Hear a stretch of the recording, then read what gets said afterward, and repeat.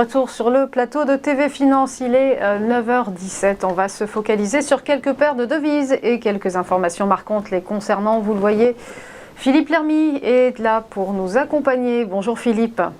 Bonjour Roselyne. Vous êtes trader, formateur et ancien chef trader d'une banque centrale. Et on va d'abord faire le point sur ce qui va animer les marchés cette semaine.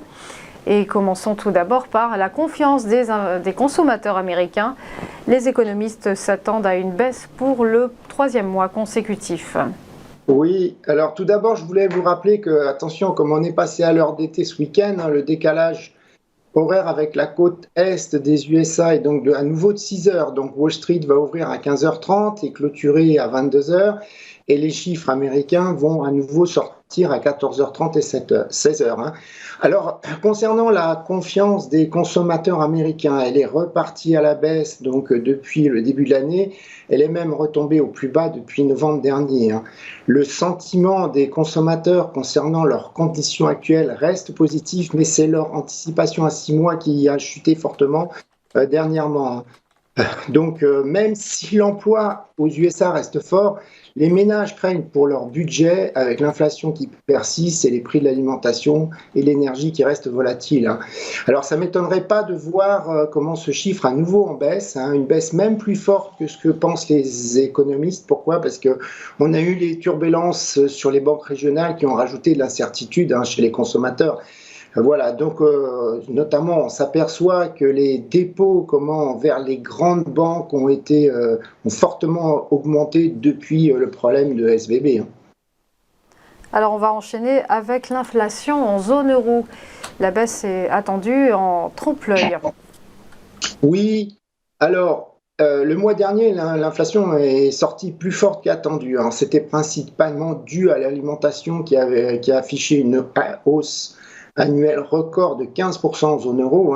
Alors comme vous l'avez dit, ce mois-ci, les économistes s'attendent à une baisse sensible de l'inflation à 7,5%, mais c'est trompeur car ça s'explique principalement par les effets de base et avec une forte baisse dans les prix de l'énergie un an après le déclenchement de la guerre en Ukraine. Comme vous pouvez le voir, c'est la courbe en bleu foncé sur le graphique qui chute fortement.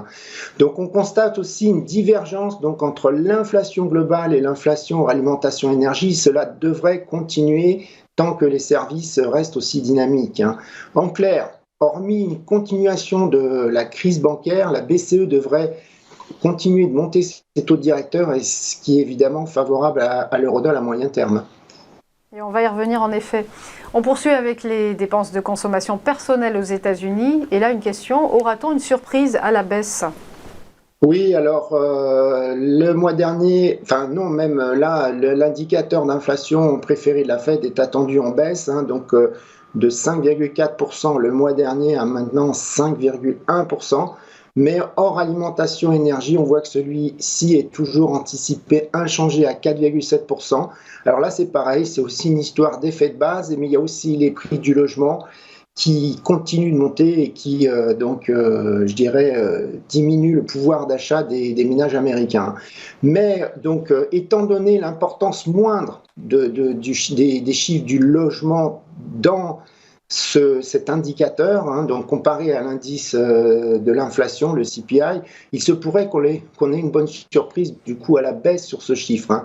Pour ce qui est des revenus des ménages, les économistes s'attendent à une hausse malgré une baisse des heures travaillées et des salaires horaires qui ont été contenus comme on l'a vu dans le dernier rapport sur l'emploi américain.